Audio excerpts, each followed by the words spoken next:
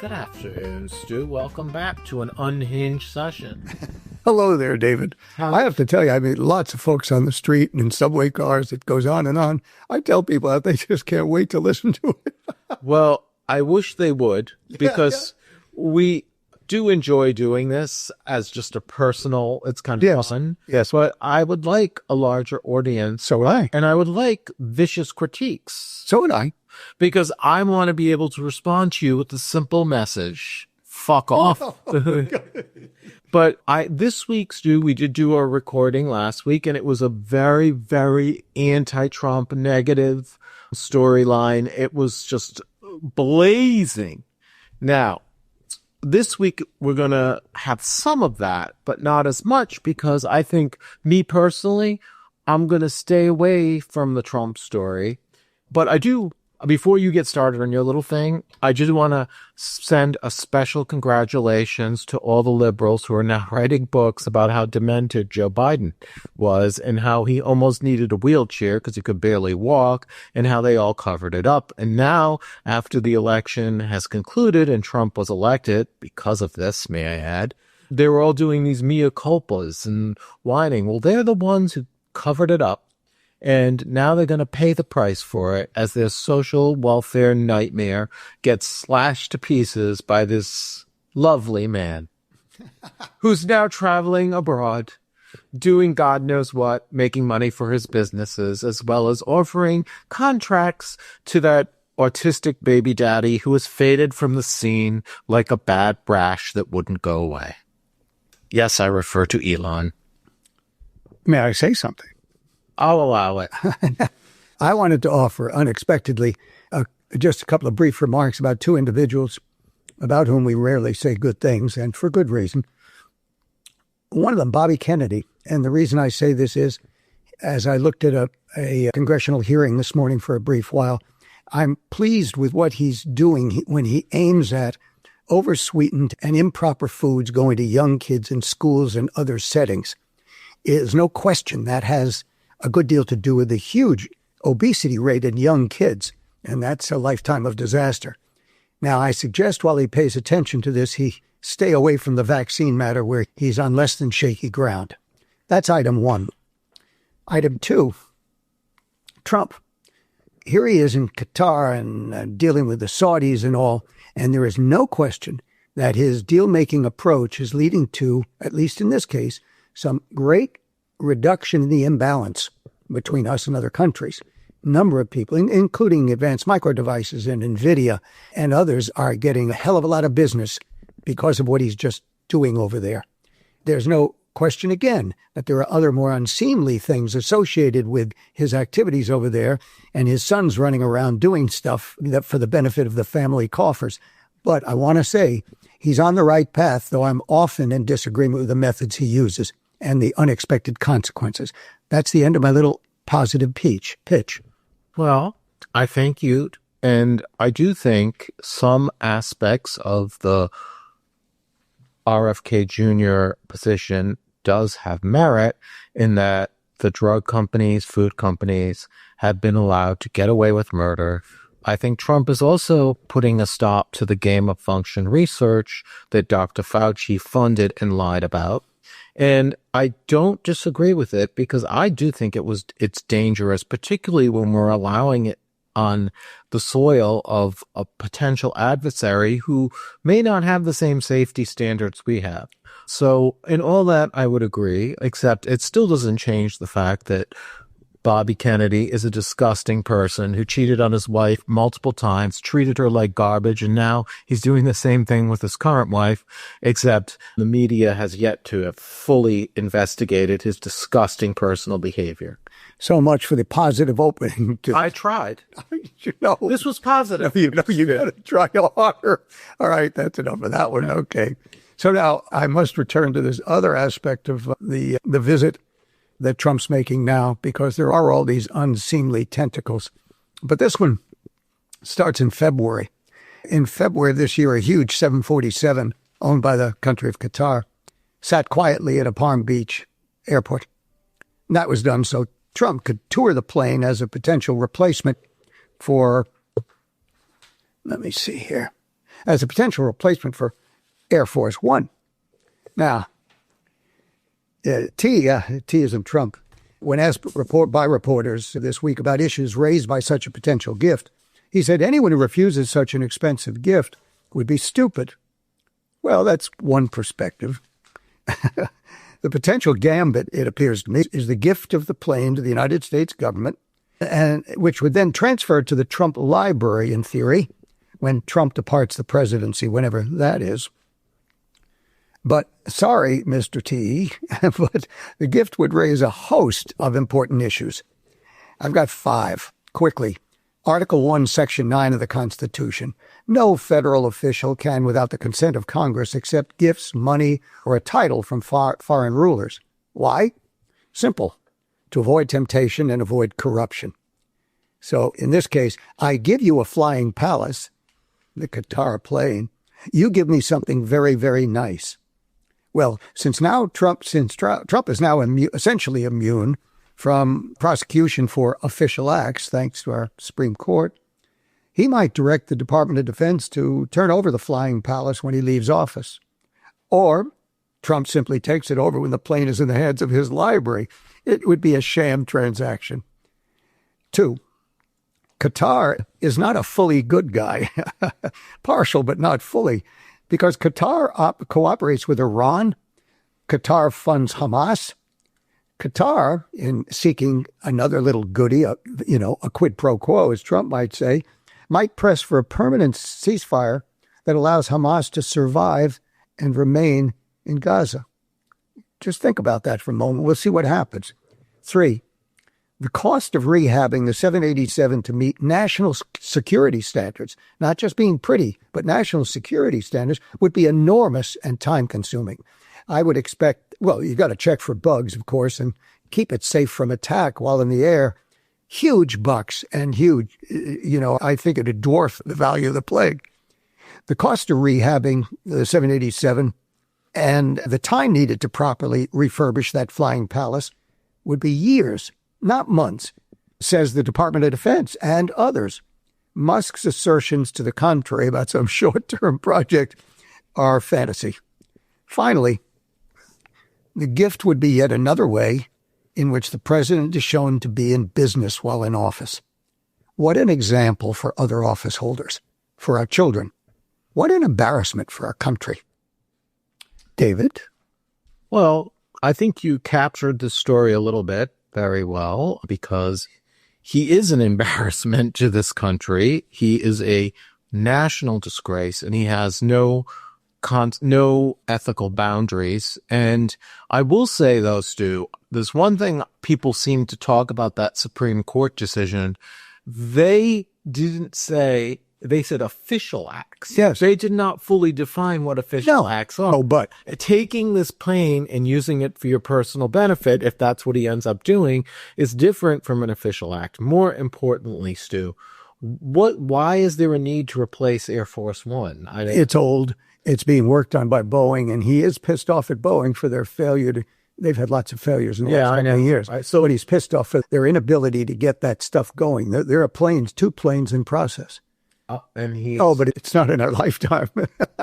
Well, I guess. So it's old, but it's functional. That's, I would say for a president and his little crony who's now faded off into the oblivion of Austin, Texas, who are so concerned with cost cutting, in name only, may I add, I think if it is going to cost all this money to refurbish the plane, it sounds like they should just buy another one instead of taking a gift like this.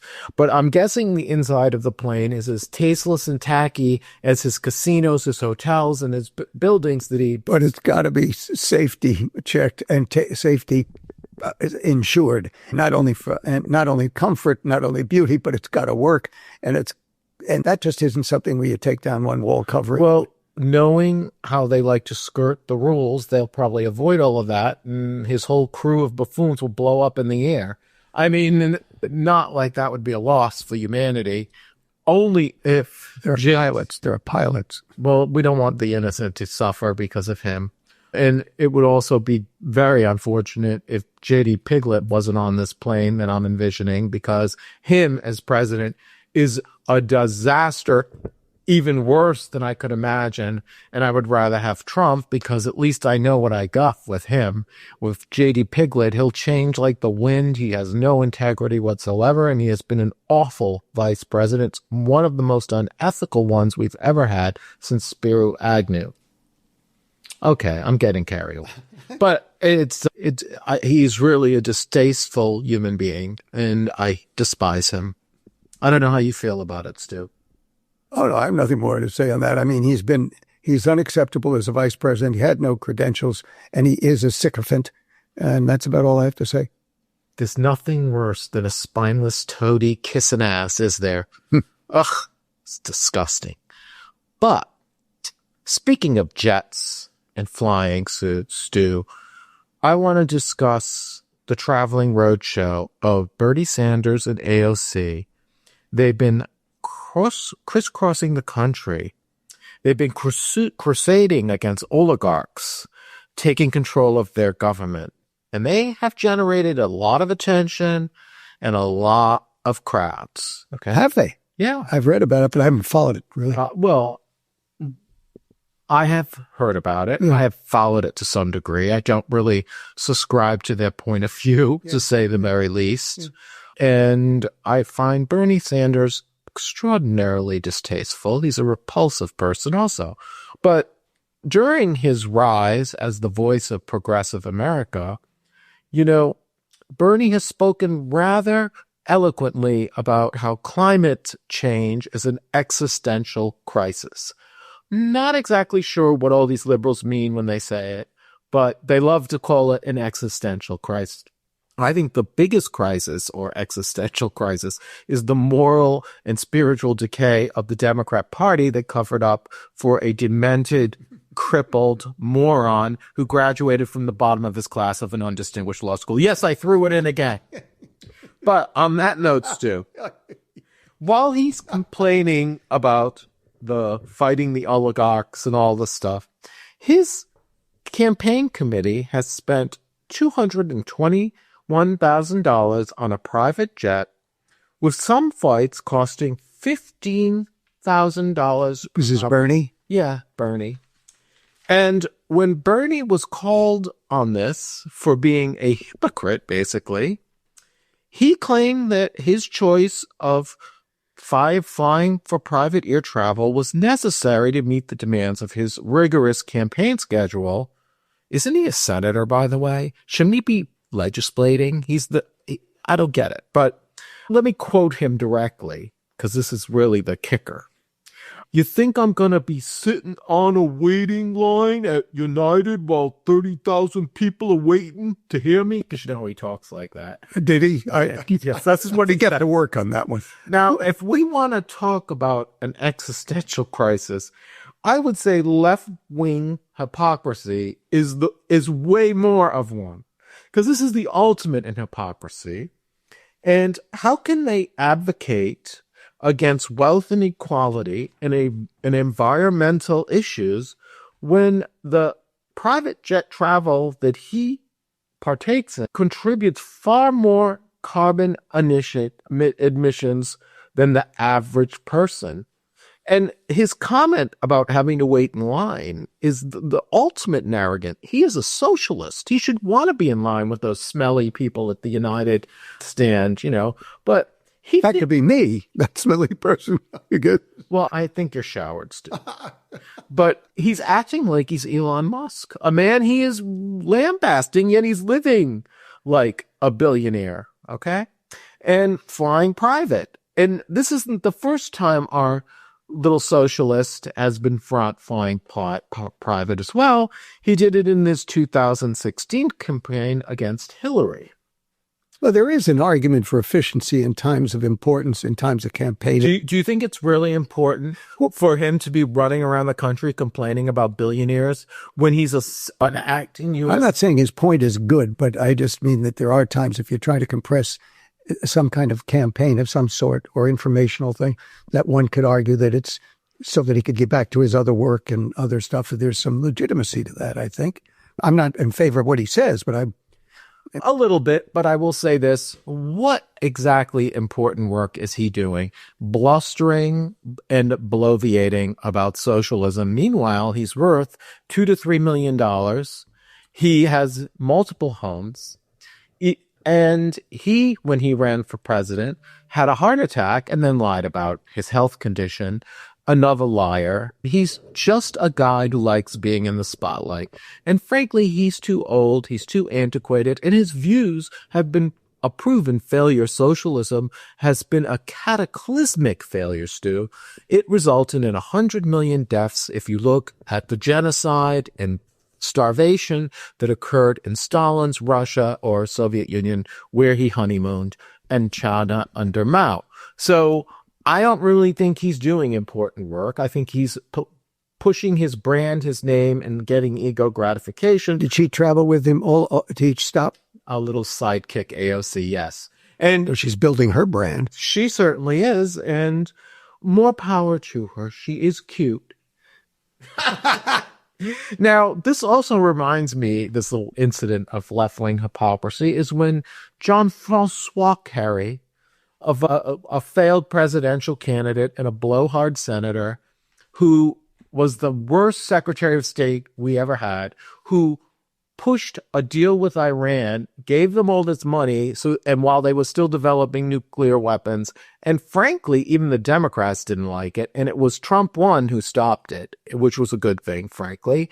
And now, when he was working for Demented Joe, he was the climate czar, and he also was flying private. He flew over 180,000 miles of private flying, adding 9.5 million pounds of carbon emissions to our world while lecturing the world on carbon emissions. And he also used his family jet, not his family, it was his wife who inherited it from John Hines, because John Kerry is not only a liar and a scumbag, he is a gigolo. He doesn't have 2 dimes to his name, and he marries rich women, uses their private planes, goes to Newport on a yacht, and then tells us how to live.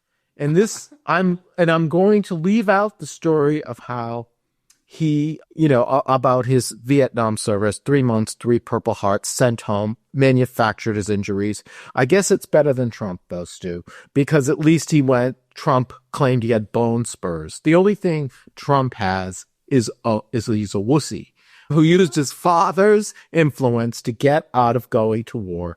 I guess Carrie's father didn't have the same kind of influence, because I'm sure if he could have gotten out of it, he wouldn't have gone. And I wonder when he flew to Vietnam if he used private jet. The long and the short of this, these Trump's gift, Bernie's jet setting, it is an example of why America does not like or respect their political leaders, generally speaking, and why we are in a period of darkness. These people are hypocrites, they're disgusting, and they all need to go and retire, because we need a new generation in this country, and these people certainly don't represent it. Not to mention antiquated socialist nonsense that will never see the light of day. Even if Trump is defeated at some point and replaced with some Democrat. Seems unlikely, though, because the Democrats are in such disarray. But at least Tim Walz is running around the country trying to raise his brand also. And we remember how smart he is. Tampon Tim. I will conclude. Do you have any comments on this, Stu? No. Not a word? Not a word. Look, I don't share some of the disrespect you have for Bernie Sanders. I think his ideas may be outmoded, but I think he's honest. I believe he's honest. And I just don't think he's in tune with the rest of the country and with maybe world history on the question of socialism. Honest compared to who? That's all I have to say. Honest compared to who? I mean, compared to Trump, maybe he's honest. Compared to the average Joe, I don't think so. His wife was involved in all kinds of graft when she was the president of some small college in Illinois. I mean, Vermont, where cow tipping is the passion. He owns multiple properties. How did he get all this money if he's such a socialist? He's been living off the public dole and spewing out his crap for too long. Bye-bye, Bernie. I'll take an oligarch over him. At least they earn an honest day's pay, except for Elon Musk. Now, speaking of hypocrites, Stu, I want to talk about something totally unrelated, but somewhat related, which is last week on May 5th, we had the Met Gala. I'm sure you were very much involved in watching this because you're so into fashion. And the title of it... I'm still waiting for my invitation. well, you have to pay for it, like $350,000 for a ticket. Well, I'll wait then. I'll wait. And it embraced the theme superfine tailoring, and it was inspired by a book by Monica Miller called Slaves to Fashion. Well, as usual, one of my favorites, Anna Wintour, the editor-in-chief of Vogue magazine, was actively involved in setting this up, as she is every year. And she also blacklists people she doesn't like and excludes them from the event. She's done it to a number of people. You know, you wear the wrong type of outfit, whatever. She is really how she ends up in this position and has so much influence amongst a certain set is beyond me, because she has no redeeming values as a human being. A matter of fact, Stu, the movie The Devil Wears Prada and the book was based on her. Right. It was this nasty, unpleasant woman, and I think they favorably covered. Meryl Streep played the woman. She's favorable compared to the real Anna Wintour. Well done, though, that performance. Whose only contribution to the world of fashion is she has encouraged eating disorders and a look that's totally unrealistic for most women. And she is an elitist who has splashed the covers of Vogue with fashion, celebrities and the like, as opposed to the traditional fashion model, which, not to mention, most of them have been white. Most of them have been thin, bone thin, cocaine snorting thin, cigarette smoking thin. So she is not any beacon of black interests, but she is trying to redeem herself with stuff like this Met Gala. Now, this gala itself is supposed to raise money for the costume, exhibit or the couture collection of the Metropolitan Museum of Art. But it's nothing but a lavish display of wealth that it attracts notable celebrities dressed absurdly. They don't even look good, most of them. And it is just an offensive event in light of the conditions we are currently living in. You're going out, sipping champagne, eating caviar in some $40,000 dress and all these diamonds. Kim Kardashian with her big fake ass sticking out is showing up to this, and all the other pedophiles and freaks that make up the Hollywood set. And this somehow redeems her. Now, they claim this Met Gala raised $31 million, the largest figure ever, Stu. But from whom? Who the Mets? You're saying the tickets alone? Yeah, but when they say $31 million, they don't include the expenses of the event. This is the net, not the net. It's total gross. And when they're asked, well, how much did you really raise? They're not exactly all that transparent, But to the extent it provides something toward that end, I'm guessing there's some value. I'd be surprised if they even raise a nickel for the Met. This is just another way for assholes like Anna Wintour to throw some big party and get a tax deduction for it. She is a revolting creature of a shallow, repulsive image of elitism, and how she gets all this press and notoriety is beyond me. She should be canceled. She should be forgotten. She should end up on the ash heap of history. I never have found someone so loathsome in my entire life. Are you sure? You've got a lot of people out there. No, she's one of the worst. And what's even funny about this trollop is she's going around now trying to cater to blacks, even though she's a racist and has excluded them from most blacks who worked at Vogue did not feel very welcome, trust me, because that's well reported. Apparently, she put Oprah Winfrey on the cover of Vogue at one point, and privately, she fat-shamed Oprah and told her to lose weight before the cover, and this is true. Well, I was going to ask why Oprah would have been there if we're talking about fashion, not just for notoriety, not just for fame, not just for trying to appease a black woman, but why would she have been there otherwise? I mean, no fashion reason, really. Unless you view Oprah as an icon of fashion. No, it's because Anna Wintour is catering to big name celebrities, and Oprah is a big name celebrity. She sure is. And frankly, I know a lot of people don't like her anymore because of her support of that revolting Harry and Meghan. But she is really, I mean, she's a self-made woman. Yes. She's not some slut who shows up to a restaurant whining about her salad. Yeah, well, she eats 2 pieces while chastising people for the way they dress and look. And by the way, I don't know who this woman is to criticize anyone's looks because she is pretty ugly. I mean, I don't know if you ever saw the movie The Color Purple. And it was one of Whoopi Goldberg's big films. Oprah was in it as well. And there was a character in it, Shook Avery. And she was the mistress of Whoopi's quasi-husband, right? And she was drunk and down on her luck.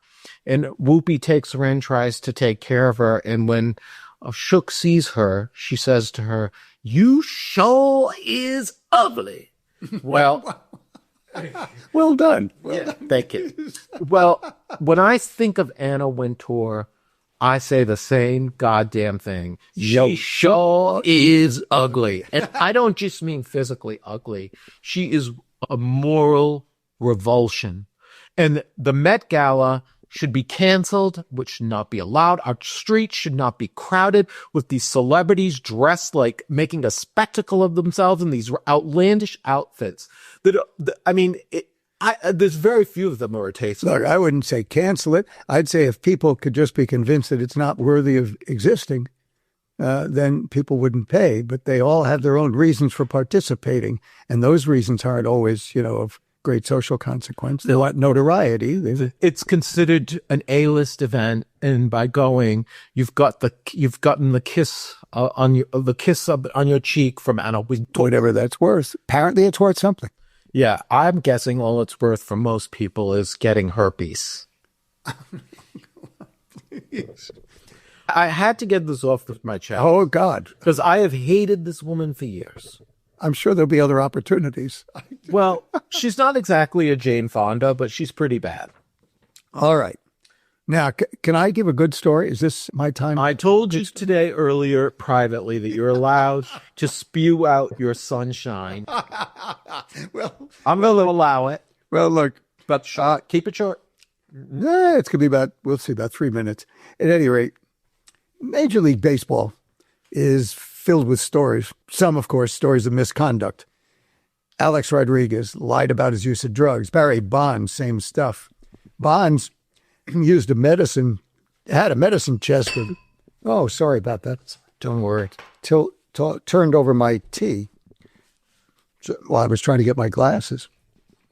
So Bonds used a medicine chest of illicit drugs, including one that improved the muscle quality of beef cattle. Take a look when you get a chance at some pictures of the sudden change in Bonds' physique. It's extraordinary from one year to the next. And that just didn't come from working out. Now, these guys and others tainted baseball records and, in my view, took some of the glow off the American game. Their names, in my view, again, should never be used in print without an asterisk. But then there are the good stories. And here's one that catches my heart, and it's a cutie. There's a guy named J.C. Escara. He grew up in Hialeah, Florida. Dreamed of being a Major League Baseball catcher. He got some recognition in college in Florida, and he was drafted by the Baltimore Orioles in 2017. He was drafted in the 15th round with pick number 458. 458. So he wasn't, they weren't dying to get him. He spent over 4 years with the Orioles in their minor league system. Later, he played in Mexico. He spent time being a substitute teacher. He spent time being an Uber driver, all to pay the bills. His wife worked 3 jobs to help allow JC to follow his dream. And then the Yankees saw something in him. They signed him to a minor league contract in 2024. He was a star in this winter's Dominican Winter League, and he impressed the Yanks in their spring training this year. So finally, after 9 years in the minors and in odd jobs, now 30 years old, which is getting up there for players, he made the Yankees Major League roster this spring. His joy was all over his face every day. His teammates mobbed him when he hit his first Major League Baseball home run, and you could see they were happy for him as well. And a few days ago, they mobbed him again when he hit a sacrifice fly, meaning an out, but that one that brought in a run, and it brought in the winning run. The smile on his face, his joy in having made it this far, the tears in his eyes, and this is a neat one, when he spoke with his mother, telling her that he had made the team.